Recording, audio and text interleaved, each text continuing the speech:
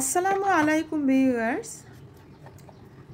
এখন আমি বিকালের জন্য নাস্তা তৈরি করছি। তো বিকালের জন্য বিভিন্ন রকমেরই নাস্তা হয়, যখন যেভাবে পারি তখন সেভাবেই বিকেলের নাস্তা তৈরি করি।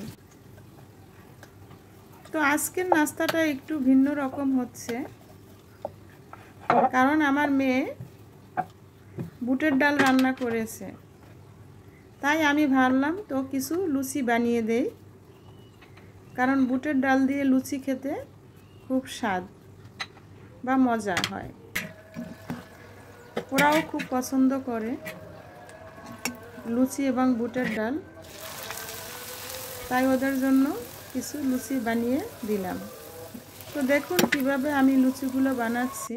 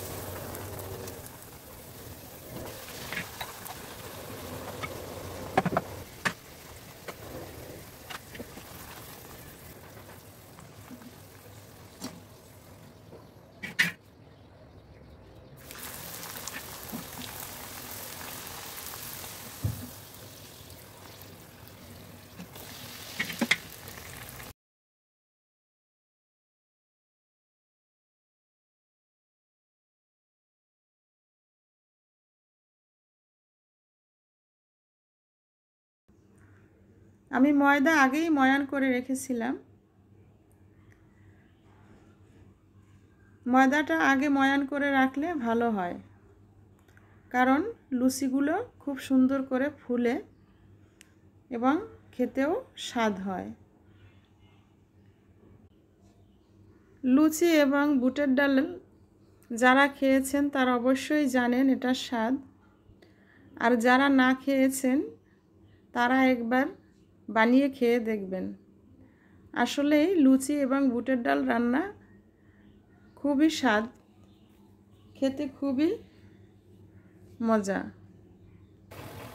তো আমার ভিডিওটা যদি আপনাদের ভালো লেগে থাকে তাহলে আর সহজ কাটিং সেলাই এবং শেপ চ্যানেলটি সাবস্ক্রাইব করুন, এবং এরকম নতুন নতুন ভিডিও পেতে পাশে থাকা বেল আইকনটি ক্লিক করুন। আল্লাহ হাফেজ।